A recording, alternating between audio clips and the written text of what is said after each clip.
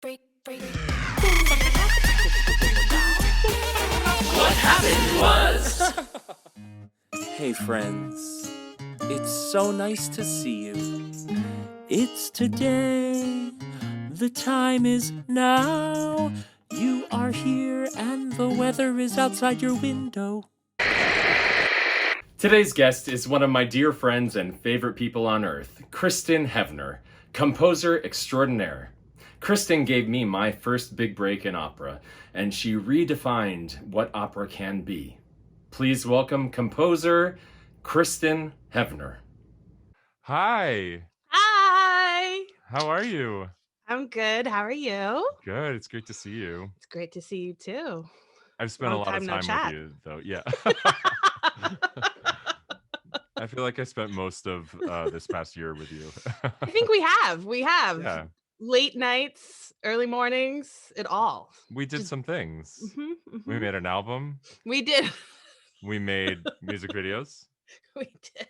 We made both a musical and an opera and a performance art piece. For those that don't know, we had this dream to do a like solo opera of Edgar Allan Poe's The Raven. Yes. And we were supposed to kind of like preview the first verse at at a Carnegie Hall recital this past November, and we ended up just like doing the whole thing. We made it's like 21 minutes long, a solo opera slash musical slash film slash music video. It's all. Yeah, and we did it in lockdown, never in the same room. Never saw each other in the same Yeah. room. That gets us right into it. So just to introduce you, you're a composer, and I met you in 2004 Phew. when I premiered. We were 11. Yeah. We I premiered your new opera, Il Yes. Sogno di una notte di mezz'estate, Midsummer Night's Dream in Italy. Yes. Yes. Yeah, and You were my Oberon forever. yeah, it was amazing, and it was my first opera role ever. So I was introduced to what opera is by singing your music and not really realizing that wasn't everyone's experience. Like that I was in a room with you and you were writing it for me, and you're alive. Stuff I that was like sewing the dress on you. yeah, and It a was lot the of best. people, I would say most people, are introduced to opera by Mozart, who's fine. Sure. He's Yes. fine, Yep. but I preferred our experience. It was really fun. And I think also on the flip side of that for composers, I think composers don't always have the chance to, sometimes we write stuff and you're not sure where it's going or if you'll get it heard or you hear it 3 years later or something. And there was Yeah. something so thrilling about writing it and within 1 minute handing it to you and then you looking at it and in 2 minutes handing it right back and singing it. There was something so very live about it that was just like, I Yeah, think it just grew so nicely because of that energy. yeah, it was amazing. It was a That's cool. spectacular experience. 16 years later, we've done many, many, many projects together over the years and have kind of been constant collaborators, but we created the newest piece, The Raven, Woo! which has been in film Fly, festivals girl, all fly. over the world, and won an award in London, and it's doing pretty. At a lot of cool film stuff. festivals. A lot of film festivals, best score, many film festivals, Music best music video. Yeah, it brings out all of our commonalities Mhm. of our friendship and our collaboration relationship, in that we both were piano kids Yes. and raised on classical music, and then we kind of like really got obsessed with pop music. This latest piece we did, it kind of has this weird 80s vibe, 90s vibe, but also very current and fresh. A little film scorey too, which I wasn't sure. I'd never Yeah. had that. That was never something that I set out to make it. It just became film scorey, which is Yeah. kind of funny because the birth of this was to do it live at Carnegie Hall, and when COVID hit and we didn't do that, I still was thinking of it as a live show. So not really anything related to film score, but the irony of the whole thing is like it came out kind of like a film score. And then it ended up being like, in the film festivals, but it just was not pre-planned that way whatsoever. Not at all. I think the highlight for me, artistically of this past year in lockdown and, creating the entire album Call Out, which you were so instrumental and have 2 tracks Amazing on, album. and like helped mix and master and produce, and you were there with me along for the whole ride, and just like Great ride. we touched on that you're kind of an unconventional classical composer, musician, whatever that even means now in 2021. But another commonality that we have is that we've both been on many different paths and have had a lot of Yes. people tell us, oh, well, you need to do this if you want to be a classical artist or if you want to be taken seriously or whatever. And I think both of us have just done whatever we wanted instead. And Absolutely. so you have a great story about being That very thing, and Yeah. also relating, because it's actually Il Sogno, the opera that you were just speaking about. So what happened was so what happened was I had finished my master's. I was working on my PhD. I was in a great school in Manhattan, and I was so happy, and I was like, feel like I worked my whole life to be there, really into it, like in it to win it for sure. And I was writing atonal music at that point, and I had sort of been sort of groomed to write a certain style, and I loved it. A lot of praise for doing this atonal music, and I got really into it. I got this gig to write Il Sogno. I started to write it actually, and it kind of was atonal. And when we sent it to Maestro Vittorio Rosetta, he was like, time out. I want this to be much more like Italian opera. All right. So I used to write tonal music all the time as a kid. Talk about the difference between atonal and tonal music. So tonal music is more like probably what most of us are listening to. It's Mozart. It's stuff that's in a C scale, in a G major scale, A minor scale, or even modes. With atonal music, 12-tone music, you don't have that sense of tonal center. It can sound much more random, although it's not necessarily random at all, but it has that feel. You don't feel that tonal center. Much harder to sing, I would say, for singers. Like that's a real, you got to be careful because you can't just go too crazy with singers, because you can't just pull out notes out of nowhere. You really have to know your intervals. Right. It's a very different sound, a different style. In atonal music, I think sometimes it's sort of like, tonality is bad. I went back to my graduate school and I was like, I think I need to take a little time off. I'm going to write this opera.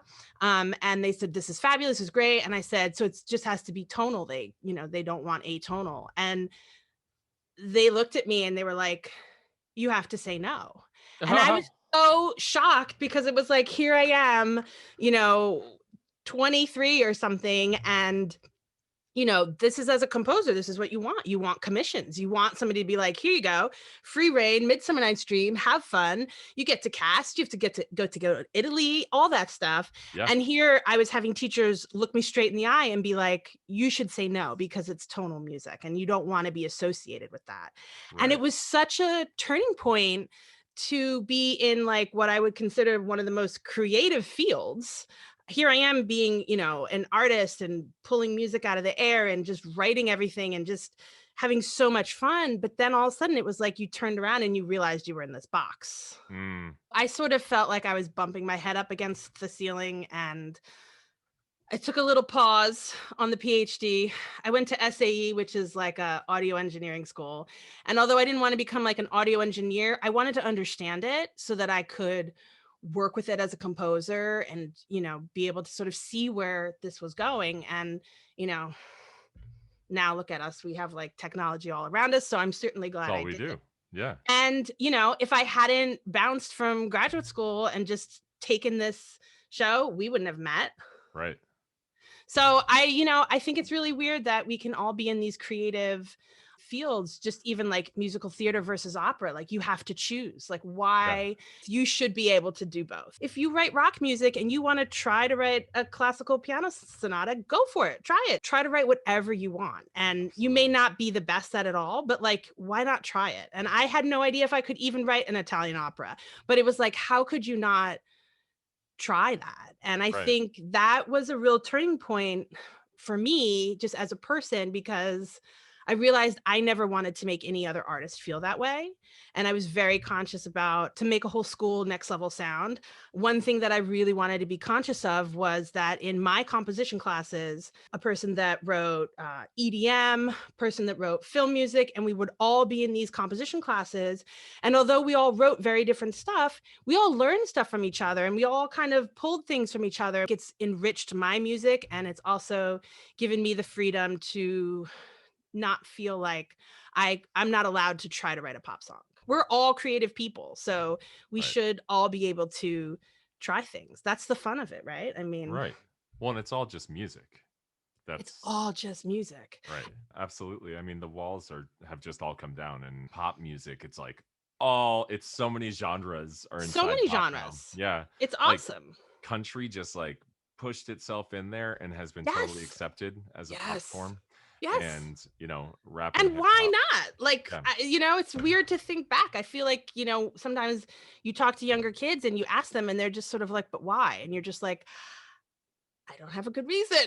Yeah. And I Yeah. think that, was like what was bothering me so much during that time was that you couldn't listen to Britney Spears and write a wicked, quintet.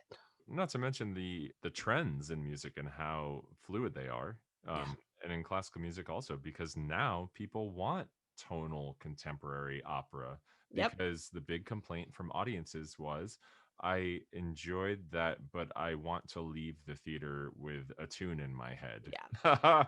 And Yeah. so Yeah. so suddenly they're like, oh, can you please write something beautiful that we can sing? Yes. Yes. And Yeah, that should be fine. Like it totally. totally Yeah. should be fine. And I totally get it. And I just, I think we should just love all kinds of music. Like Yeah, I absolutely. embrace it all. I Yeah, love it all. I think very fondly of my atonal days. I love that stuff. I would write another one. But I love pop music and I love film music and um I've been writing a lot for TV and it's fun to do that stuff too. And it's just like, yeah. Well, and just all the pop artists you've kind of had in your sphere that, you're it's been connecting fun. to with your classical background. I know it's And so fun. yeah, It's it's so fun. important.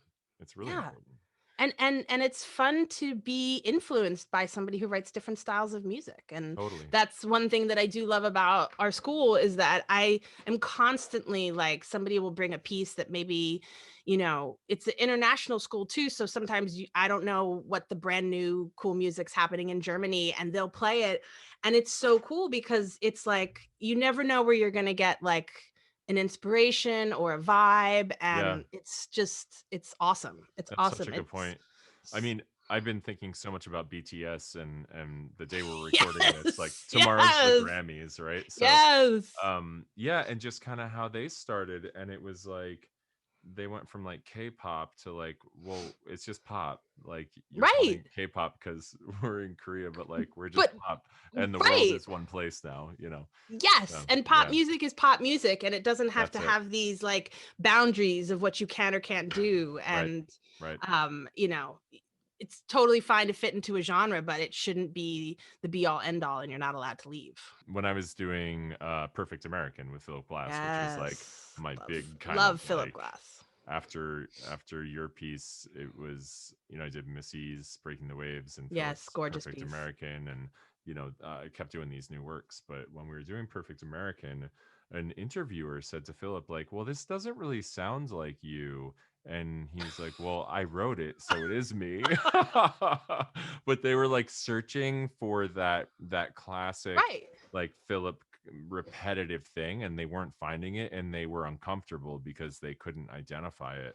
But it's They couldn't like, put him in a box. yeah, You're supposed to exactly. sound exactly like you are. And it's like, but wait, I'm a lot of things. Yeah, So guess what? You're going to hear a lot of things. right. And if you do something that sounds exactly like a part of you that has already been out, then they say, well, this sounds exactly like Yeah, something I you've already know. done. You can't So win. no. You can't win. Yeah, but So I just mean, follow your heart because you know what? yeah, You can't win. yeah, it's true. But the critics are becoming less and less, I think, less and less important, the voices of the critics, because, I mean, look at Yeah. Broadway shows. Like they used to put the reviews from the critics on the front doors to all the Broadway shows. And then you have shows coming along where instead they're putting up tweets from That's the public. wild. Yeah, that's Yeah. so cool. So whoever that came in from, Indiana to see the show, suddenly their tweet is on the front door of a theater rather than the New York Right. Times. It's So wild. yeah, but I think it's probably good. I think it's great because I Yeah. think then it's not a select few, that's deciding certain things. And I Yeah. think it opens up for a lot of opinions, whether you like things or not. It's just having a lot of opinions is, I think, better than just, one or two. Totally. Yep.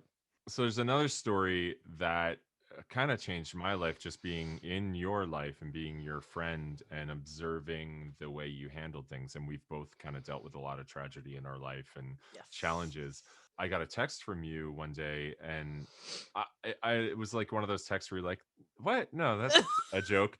And you're Yeah. like, "My house burned down," Yes, it did.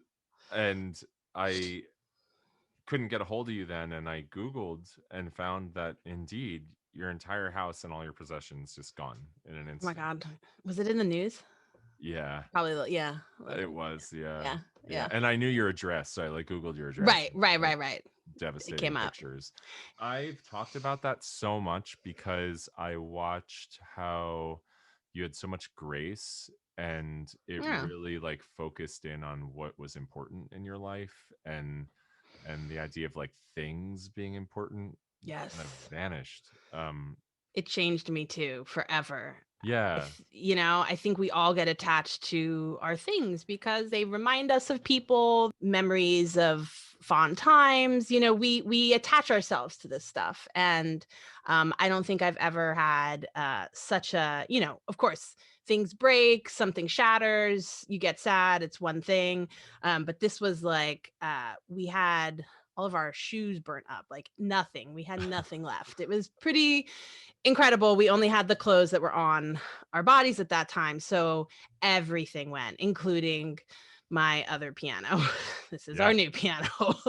And I think the piano was the hardest thing because Sure. like to me, it's a person, it's a living thing. So it's not, it's never a piece of furniture. It's really a living organism to me. So you realize that you were stronger. You were not strong because of your things. You're strong because of yourself. You really do have to look deep down inside of you and realize that, we were lucky that like nobody got hurt. We had, all the kids got out okay. Everybody was okay. And that was what really mattered. Right. And yeah, I think from there on, I've never been really attached to things except for the piano. Beauty can come from great destruction and you just have to rebuild. And I think, even with COVID, it's a perfect example of just, we've all been hit really hard and things have been taken and jobs, and we just have to focus on, just doing something different and rebuilding and our relationships, and it does, it kind of forces you to really look at who your circle is and your friends and your family during this time. And, Yep. Priorities. it's intense. shift. Priorities. Yeah. It's priorities. Yeah. It's priorities. Yeah. And you realize that things are, it's all kind of moving around in the universe. Well, can I ask you some questions? Yes. Zodiac sign. Libra, we're the scales. Your favorite work of art. One that keeps coming up is Kandinsky. However, I have to have like a runner-up. Yeah.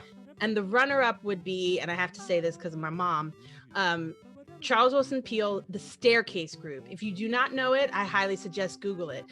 I've seen it at the Philadelphia Museum with you and your mom. Yes. Giving the full tour. It's kind of like can't get better than that.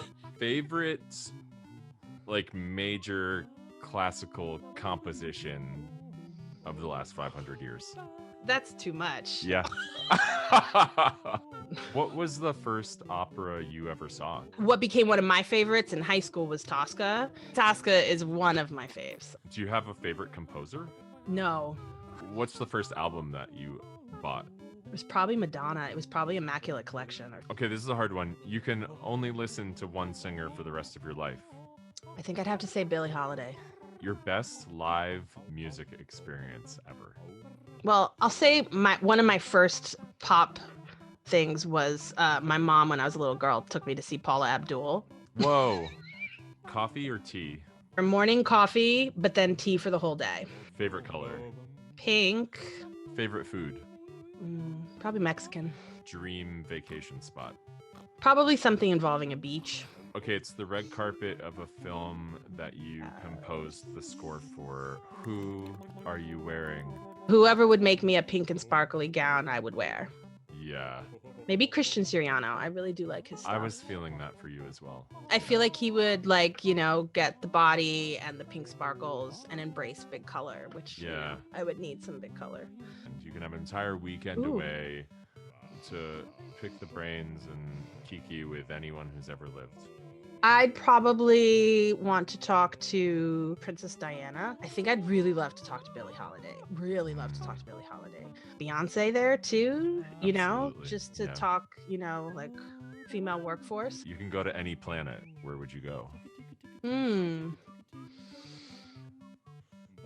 I guess Venus. You can live in any time period.